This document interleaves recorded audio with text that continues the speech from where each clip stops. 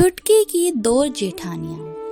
बात करते हैं हम छुटकी की। छुटकी की अभी शादी हुई होती है। वह अभी नई नई दुल्हन बनके सरिता की बहू बनके आती है।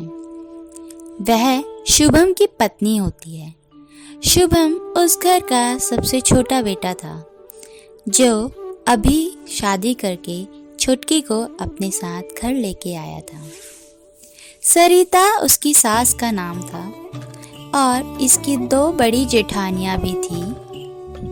एक का नाम रेनू था, एक का नाम कमला था।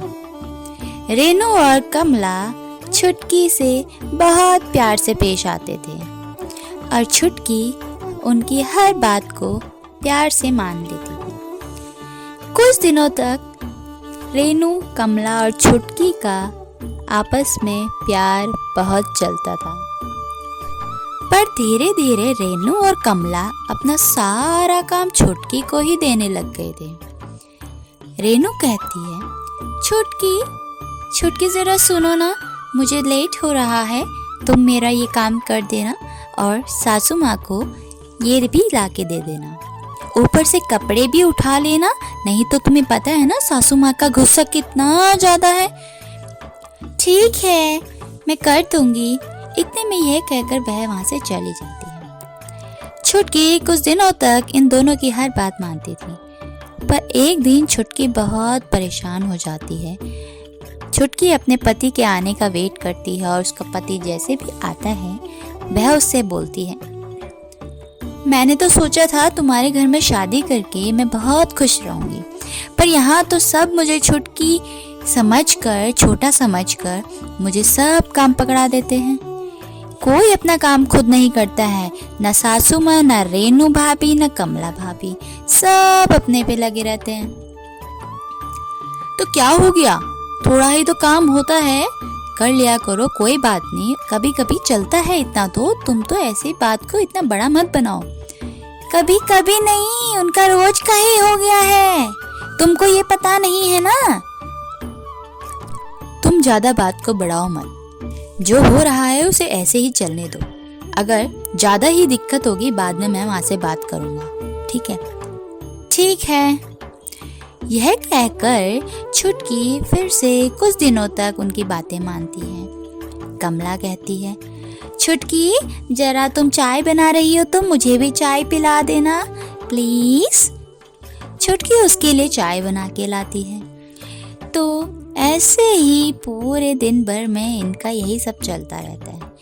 एक दिन छुटकी सासू माँ को बोलती है, माँ देखिए ना, मैं भी तो इस घर की बहू हूँ ना, तो सब काम मुझे ही क्यों करने पड़ते हैं? किचन का भी सारा काम मैं ही करती हूँ, रेनू और कमला का भी सारा काम मैं करती हूँ, वह दोनों अपने कोई काम नहीं करते हैं। मेरे भी तो और काम होते हैं ना, मैं तो इन घर के कामों में ही बिजी रहती हूँ पूरे दिन भर। बेटा, जब तुम नहीं थी तब वह काम करती थी ना, तो अब यहाँ दिक्कत क्यों आ रही है तुम्हें? तुम नहीं थी तो वह अपना काम खुद ही करती थी। अब छोटा समझकर, बच्चा समझकर ही तो वह तुम्हें काम बता रही हैं। माँ, ऐसे नहीं होता, मैंने बोल दिया है, मैं किसी का काम नहीं करूँगी अब से।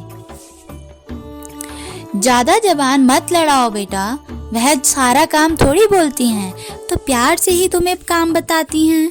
माँ, प्यार से ऐसे कुछ नहीं होता है, मेरे भी और काम होते हैं, मैं तो आज से काम नहीं करूँगी। छुटकी सासू माँ के सामने ऐसा कहकर अपने कमरे में चली जाती है। उसी रात फिर रेनू आती है, छुटकी के लिए दूध का गिलास लेके आती। छुटकी, ये लो दूध पी लो, पूरे दिन भर में फुदकती रहते हो पूरे घर में। फुदकती रहती हो? फुदकना थोड़ी कहते हैं इसे, काम करती हूँ मैं। छुटकी इस मन में कहती है, सामने नहीं बोलती है। और कमला छुटकी से बोलती है, आज सुबह का नाश्ता मैं बना दूंगी, तुम ज्यादा चिंता मत करना, ठीक है? छुटकी ये सोचती है कि इन दोनों को आज क्या हो गया है, पर वह दोनों तो उससे उतना ही प्यार करते थे, बस काम ज्यादा बताते हैं पर प्यार उससे उतना ही करते थे। अब एक दिन छुटकी की मम्मी की तबीयत बहुत खराब हो जाती है, उसको घर जाना होता है, पर वह डरती है कि अगर मैं चली जाऊंगी तो मेरे हिस्से का काम कौन करेगा। वह उदास मन से जा रही होती है। इतने में रेनू बोलती है, अरे छुटकी, क्या हुआ? आज तुम्हारा मुंह इतना उतरा हुआ क्यों है? बताओ क्या बात है? मुझे अपनी माँ के पास जाना है। मेरी माँ की तबीयत बहुत ख़राब है, उनको मेरी ज़रूरत है। मगर मैं अगर चली जाऊंगी तो मेरे हिस्से का काम कौन करेगा? अरे छुटकी, बस इतनी सी बात, चलो तुम माँ के पास जाओ और कोई भी दिक्कत होगी हमें फ़ोन करना। ऐसा नहीं है, हम काम कर सकते हैं। तुम्हारे आने से पहले भी हम काम करते थे, तुम्हारे आने के बाद भी हम कर सकते हैं। वह तो हम थोड़ा सा तुम्हें एक्स्ट्रा काम बता देते हैं। मैं पक्का जाऊँ ना? अरे तुम बेफिक्र होके जाओ और वहाँ पहुँच के हमें कॉल करना और कोई भी ज़रूरत हो तो हमें बताना। उसकी सासू माँ आती है, उसे समझाती है, बहू छुटकी, देखा तुम्हारी जेठानियाँ तुमसे बहुत प्यार करती हैं। तुम उन्हें फालतू में ही गलत समझती थी। हर मुसीबत के समय एक साथ रहना चाहिए। वह जल्दीबाजी में तुम्हें काम देती थी, बट अगर तुम बिजी हो तो वह दोनों भी काम कर सकती हैं। ठीक है, आराम से अपनी मम्मी के घर जाओ और हमें कोई ज़रूरत होगी तो हमें कॉल करके बताना। यह कहानी यहीं पे ख़त्म होती है। अगली कहानी के साथ फिर मिलते हैं, तब तक के लिए बाय बाय। अगर आपको कहानी पसंद आई हो तो चैनल को लाइक कीजिए, सब्सक्राइब कीजिए एंड शेयर कीजिए। बाय।